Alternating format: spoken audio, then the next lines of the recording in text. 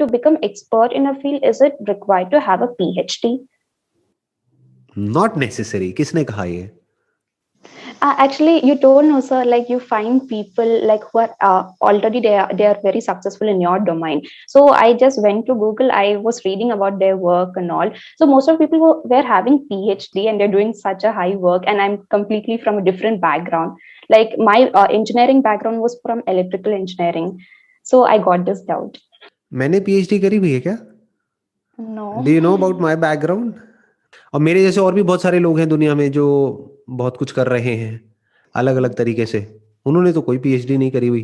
और दूसरी तरफ से देयर आर पीपल जिन्होंने PhD करी हुई है और वो जा करके एक पियोन की जॉब के लिए अप्लाई कर रहे हैं, जहाँ पे जो बेसिक जो मिनिमम क्वालिफिकेशन चाहिए, एक गवर्नमेंट जॉब की पीछे वैकेंसीज निकली थी, वहाँ पे मिनिमम क्वालिफिकेशन होनी चाहिए थी 10th स्टैंडर्ड, और उन्होंने PhD करी हुई है और वहाँ पर जा करके अप्लाई कर रहे हैं। तो सिर्फ PhD करने से कुछ नहीं होता है। It's more about if you are passionate about it और फिर आप PhD कर रहे हो तो ठीक है, बट सिर्फ नाम के लिए आप PhD कर रहे हो तो उसका कोई फायदा नहीं है। फॉर एग्जाम्पल, कोई पर्सन है, उसने साइकोलॉजी में PhD करी हुई है, बट वो किस लिए करी हुई है? डिग्री के लिए। डिग्री किस लिए चाहिए? ताकि एक अच्छी जॉब मिल सके। और दूसरी तरफ कोई पर्सन है जिसने PhD तो क्या कुछ भी नहीं करा हुआ साइकोलॉजी में, बट वो पैशनेट है साइकोलॉजी को लेकर के। वो पढ़ते रहते हैं लेटेस्ट रिसर्च क्या चल रही है, कहाँ क्या हो रहा है, क्या नहीं हो रहा है, ये है वो है, तो दे आर रियली पैशनेट। तो कोई भी पर्सन है, उनको उनसे बात करके ज्यादा मजा आएगा बजाय कोई ऐसा इंसान जो जार्गन्स होते हैं सिर्फ उनको यूज कर रहे हैं और बड़े बड़े वर्ड्स आपकी तरफ फेंक रहे हैं, लेकिन उनको एक्चुअल में कुछ भी अंडरस्टैंडिंग नहीं है कि साइकोलॉजी होती क्या है। I made a lot of such people also जिन्होंने PhD करी हुई है, ये किया हुआ है, वो किया हुआ है अलग अलग फील्ड्स में, लेकिन deep within they are not passionate about it. So देखो, ध्यान से समझना, दो तरह के लोग होते हैं। मैं एक अभी साइकोलॉजी का एग्जांपल दे रहा था, तो उसी में आगे बढ़ते हैं, एक स्टेप और आगे बढ़ते हैं। एक होते हैं जो सिर्फ बुक्स से सीखते हैं, बुक्स में जो लिखा हुआ है वो सारी टर्म्स को याद कर लिया कि कॉग्निटिव डिसोनेंस ये होता है, ये होता है, वो होता है, ये एक्सपेरिमेंट हुआ था, एक स्टैनफोर्ड प्रिजन एक्सपेरिमेंट नाम की चीज हुई थी, उसमें ये था, उसमें वो था, उसमें वो था।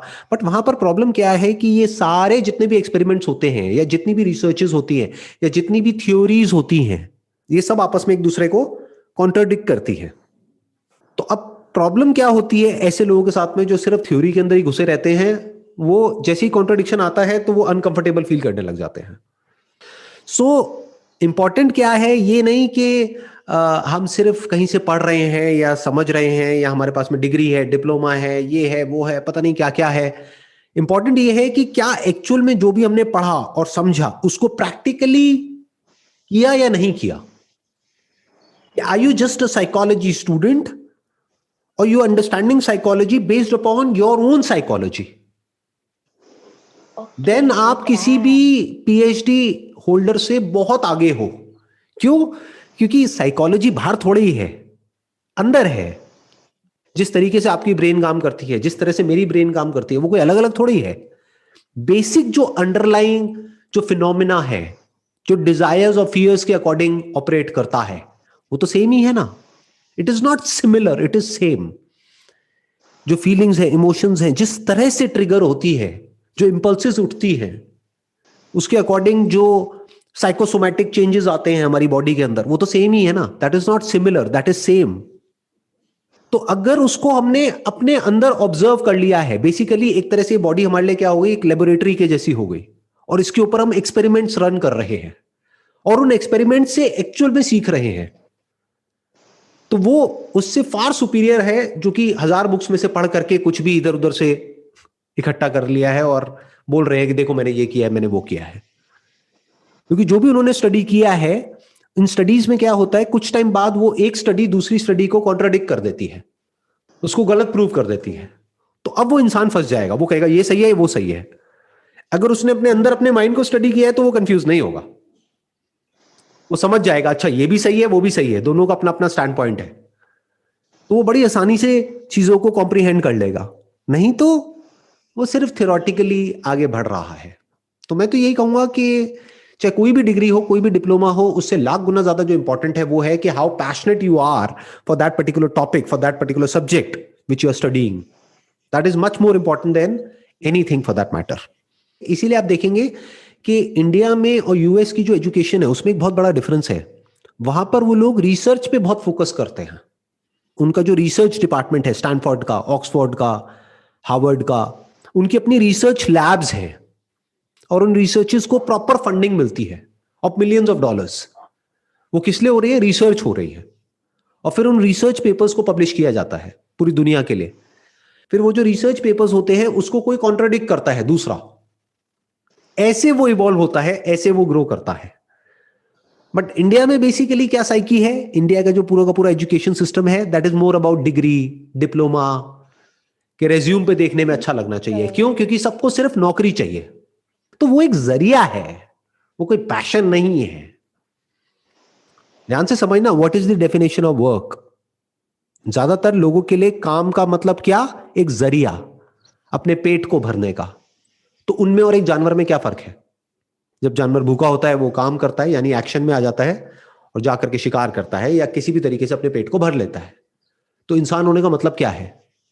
इंसान होने का मतलब यह है when your work is an expression of what you love. Work is love made visible. Work is love in action. Love मतलब क्या? कि जो भी whatever I am doing, I am one with it. There is no separation between the doer and what is being done. इतना प्यार होना चाहिए उस काम में, तब जाकर के कुछ कमाल का वहां से निकल करके आता है। ये जितनी भी यूनिवर्सिटीज हैं जिनका मैंने अभी नाम लिया, हार्वर्ड, ऑक्सफोर्ड, स्टैनफोर्ड या और भी बहुत सारी जो यूनिवर्सिटीज हैं, वहां पर जो ये रिसर्चेस होती हैं उनके बारे में पढ़ोगे या उनके बारे में सुनोगे या उनकी कोई बुक पढ़ोगे तो आपको समझ आएगा कि कितने ज्यादा पैशनेट हैं वो लोग या थे अपनी उस रिसर्च को लेकर के, उस एक्सपेरिमेंट को लेकर के। Yes sir. यहां पर हम लोगों को क्या चाहिए? इंडिया में गारंटी चाहिए, एक्सपेरिमेंट नहीं चाहिए, गारंटी चाहिए कि जो मैं कर रहा हूं ना, मुझे ये बताओ कि इसके बाद ये हो जाएगा ना, श्योरिटी क्या है इसके होने की। इस वजह से हम कोई एक्सपेरिमेंट ही नहीं करते हैं। एक्सपेरिमेंट में कोई गारंटी नहीं होती है। एक्सपेरिमेंट का मतलब क्या है कि वो एक्सपेरिमेंट सक्सेसफुल भी हो सकता है, फेल भी हो सकता है। तो if you're not ready to fail, you're not ready to experiment. If you're not ready to experiment, you are not ready for growth. If you're not growing in life, you are not living. You are as good as dead. तो इस सबकी शुरुआत कहां से होती है? When we are ready to fail in an experiment called life. After you explained this, I got a new perception towards work, like how Right. exactly to be passionate. एक मैं आपको बताता हूं, एक मैंने अभी कुछ टाइम पहले एक बुक पढ़ी थी, उसमें बड़ा इंटरेस्टिंग एक थॉट था। वो थॉट मैं आपके साथ में शेयर करता हूं, वर्क के बारे में। Yeah, sure. उसमें कहा गया था कि अगर आप मानो आप घर बनाने का काम करते हो, तो ये मत सोचो कि आप लेबर हो। ये सोचो कि ये जो घर मैं बना रहा हूं ना, ये मैं बना रहा हूं अपने बिलीवर्ड के लिए। अगर आप एक शेफ हो तो ये सोचो कि ये जो मैं मील बना रहा हूं, ये बना रहा हूं अपने बिलीवर्ड के लिए। ठीक है? तो इस एग्जाम्पल को हमको हमेशा याद रखना है कि whatever you are doing it for your beloved. उसके लिए आप कर रहे हो जिससे आप सबसे ज्यादा प्यार करते हो, तब आप उस काम को कैसे करोगे? Your entire perspective towards work changes. For example, this session that I am doing, why am I doing it? इससे मुझे क्या मिल रहा है? I am doing it for the future generations.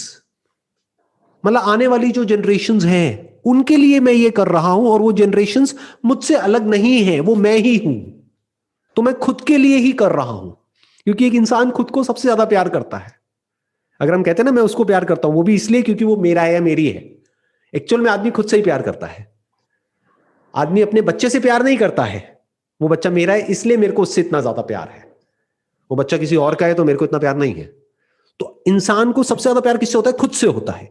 तो अगर हम खुद को सब में देख सकें तो whatever we are doing, तो हम किसी पे करके वो एहसान नहीं कर रहे हैं, किसी और के लिए नहीं कर रहे हैं, हम खुद के लिए ही कर रहे हैं।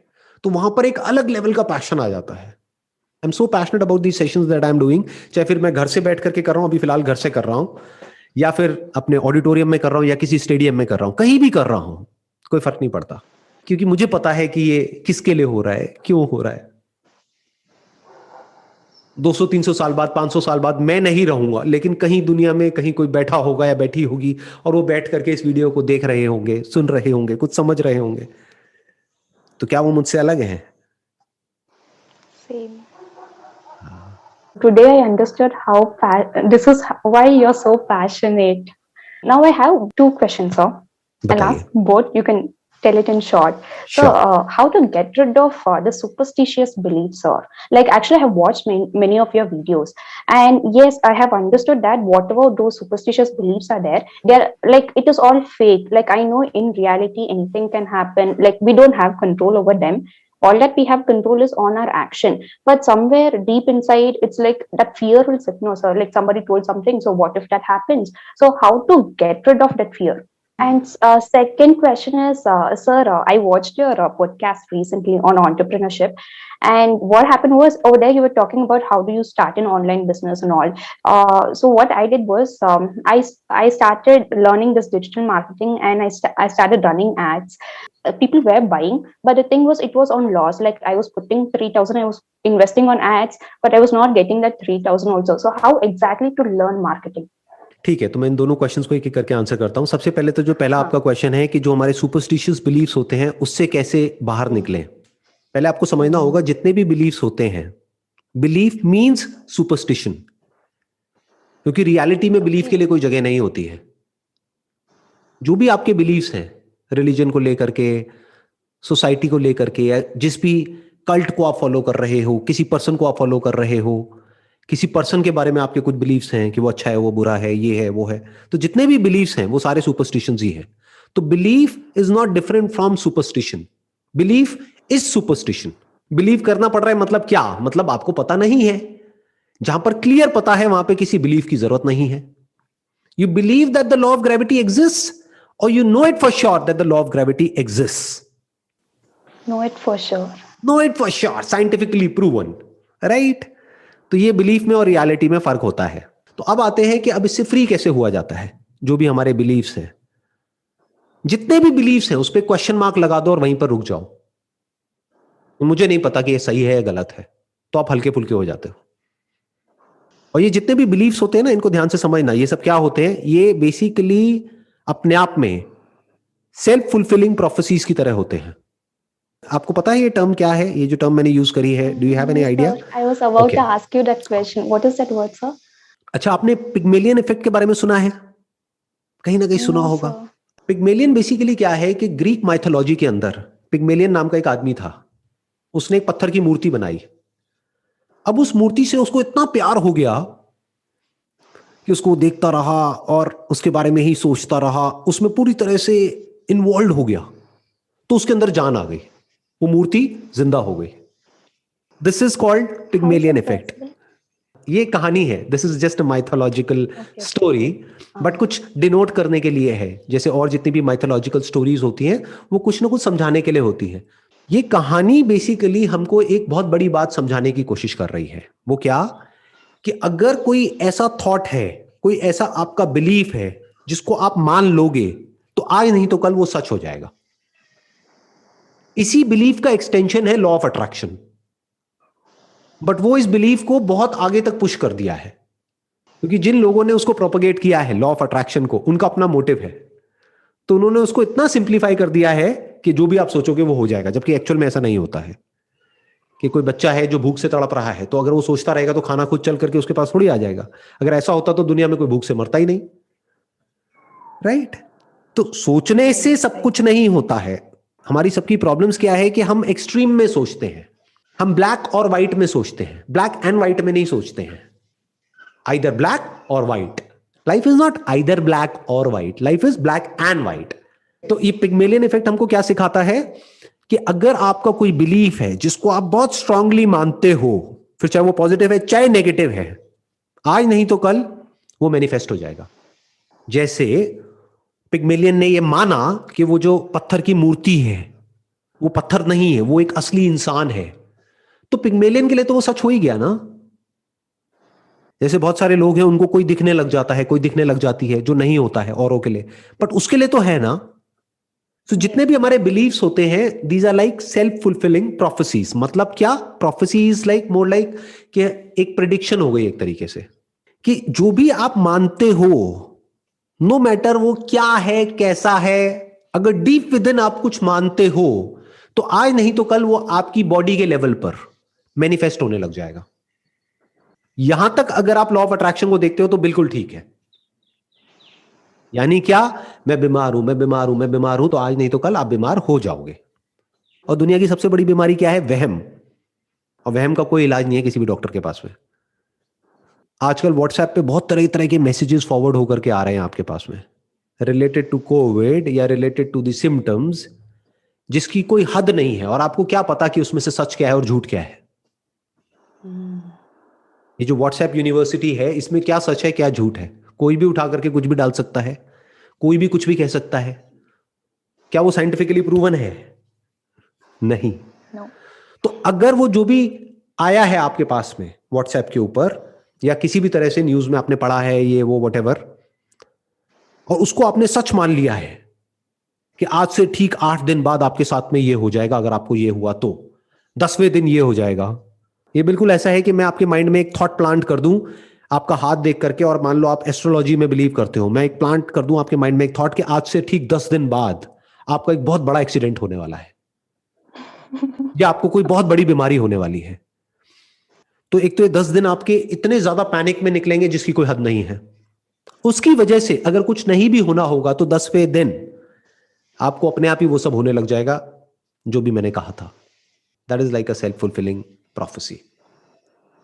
इसका मतलब क्या है कि कुछ भी ऐसा जो कि एक बिलीफ है, उसको अपने माइंड में कभी प्लांट करो ही मत। रियलिटी के अकॉर्डिंग चलो। आपको पहले स्टेप में ही पता होना चाहिए कि क्या बिलीफ है और क्या रियलिटी है। कोई भी उठ करके कुछ भी बोल रहा है तो उसको मान नहीं लेना है, unless and until it is scientifically proven without a shadow of doubt. तो जब तक ये सब क्लियर नहीं है, तब तक इट्स बेटर कि इन बिलीफ से बाहर आ जाओ, रियलिटी में जियो। इससे बाहर कैसे आओगे? ये सब जो भी कुछ आ रहा है व्हाट्सएप पे, मान लो 2-4 आपके फ्रेंड्स हैं वो इस तरह का कुछ भेजते जा रहे हैं, उनको ब्लॉक कर दो। ब्लॉक नहीं करना तो म्यूट कर दो। न्यूज फीड जो होती है, जो गूगल में नीचे न्यूज फीड चल रही होती है, उसकी एक सेटिंग्स में जाकर के उसको ऑफ करने का एक ऑप्शन होता है, उसको ऑफ कर दो। क्यों Yes, पढ़ते I रहना have है done फालतू की that, न्यूज? sir. और मजे की बात बताऊं, ये जो न्यूज चैनल्स है ना जितने भी, ये तभी चल सकते हैं जब आपके माइंड में एक अनसर्टेनिटी क्रिएट करी जाए। इस दुनिया में सबसे बड़ा फियर होता है फियर ऑफ द अननोन।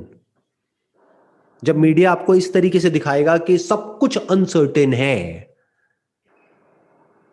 कुछ नहीं पता है कि कल आपके साथ में क्या होने वाला है, तो जितना आप डरोगे उतना ही आप मीडिया से और ज्यादा अटैच्ड हो जाओगे। This is the psychology behind the media houses, these news channels. Wait, that is what they're applying on us also. Right, that's how they can survive, that's how they can grow. कि वो जितनी uncertainty आपके लिए create करेंगे आपके mind में, जितना एक चीज को बढ़ा चढ़ा करके आपको इस तरीके से दिखाएंगे कि दुनिया खत्म होने वाली है, उतना ही आप मीडिया से और अटैच होते चले जाओगे। उससे निकलने का क्या तरीका है? आप समझो उनका क्या मोटिव है, वो क्या चाहते हैं। अगर आपकी लाइफ में सर्टेनिटी आ जाए, कंट्रोल आ जाए, तो आप सबसे पहले मीडिया को छोड़ दोगे। सर्टेनिटी मतलब क्या? आपको पता हो कि मैं क्या कर रही हूं, क्यों कर रही हूं, और मुझे क्या करना है। This is what I want to do. तो मीडिया का वहां पर कोई रोल नहीं है, वो आपको कंट्रोल नहीं कर सकता, क्योंकि एक क्लियर कट गोल है आपके पास में, एक पर्पस है, आपका माइंड वहां पर फोकस्ड है। तो उससे रिलेटेड जो इंफॉर्मेशन है उसको आप गैदर करोगे, बाकी जो उससे रिलेटेड नहीं है उस सबको छोड़ दोगे। एक बिलीफ में और रियलिटी में आप फर्क देख पाओगे। You got the answer Yes, for sir. This question? Got it, sir. Like I got the clear answer. Perfect. Like अब I नेक्स्ट क्वेश्चन understood. पे आ जाते हैं, last but not the least. जो आपने क्वेश्चन पूछा है कि बिजनेस में अपना मार्केटिंग जो स्किल्स हैं, डिजिटल मार्केटिंग जो स्किल्स हैं, उसको कैसे इंप्रूव किया जाए। क्योंकि जो आप बिजनेस अभी कर रहे हैं या करा था आपने, अभी भी कर रहे हैं या किया था? Sir, like doing side by, like I'm just doing it, like not regularly. Like sometimes I run ads, I see whether I'm on getting it or Instagram, on not, and again Facebook I और learn. Google? कहाँ पे? Amazon, Instagram, sir. Amazon. amazon पे। Okay, तो amazon पे आपने कुछ products list कर दिए हैं? Yes, sir. ओके, तो उन प्रोडक्ट्स को आपने लिस्ट कर दिया है, कहीं से सोर्स किया होगा उन प्रोडक्ट्स को, और अब आप amazon पे एड्स रन कर रहे हैं उन प्रोडक्ट्स को बेचने के लिए। बट द प्रॉब्लम इज कि वो जो एड का एक्सपेंस है वो आपके It is प्रॉफिट से way ज्यादा है। higher. तो वहां पे थोड़ा सा दिमाग लगाओ कि किस तरीके से आप अपनी एड को डिजाइन कर सकते हो कि जो CTR रेशियो है वो बढ़ जाए। CTR होता है क्लिक थ्रू रेट। आपने पीछे से बैकएंड से देखा होगा कि कितने लोग आपकी एड पे क्लिक कर रहे हैं। तो CTR को आपको बढ़ाना है। मान लो अभी 1% है, तो उसको बढ़ा करके अगर आप 2% कर दोगे तो ओवरऑल एड का एक्सपेंस आपका आधा आ गया, तो प्रॉफिट जनरेट हो गया। अब वो CTR कम क्यों है? क्योंकि एड इतनी अट्रैक्टिव नहीं है। एड को अट्रैक्टिव कैसे बनाएं? सोचो, दिमाग लगाओ, सीखो एड को अट्रैक्टिव कैसे बनाते हैं। मे बी जो आप प्रोडक्ट दे रहे हो उसके साथ में कुछ फ्री भी दे दो, हो सकता है CTR एकदम से डबल हो जाए। इंडिया में लोगों को फ्री की चीजें बहुत पसंद है, ये इंडियन साइकी है। एक फ्री और एक डिस्काउंट, ये दो साइकी है इंडियन कंज्यूमर की। इसको अगर आप बारीकी से समझते हैं तो आप अपनी एड को इस तरीके से डिजाइन कर सकते हैं कि बड़ी तेजी से आपको रिस्पॉन्स मिलेगा उसके अंदर। You got all the answers? जो भी आपके क्वेश्चंस Yes, थे sir. उन I सबके? got all the answers and super clarity. Thank you, great, sir. Most welcome.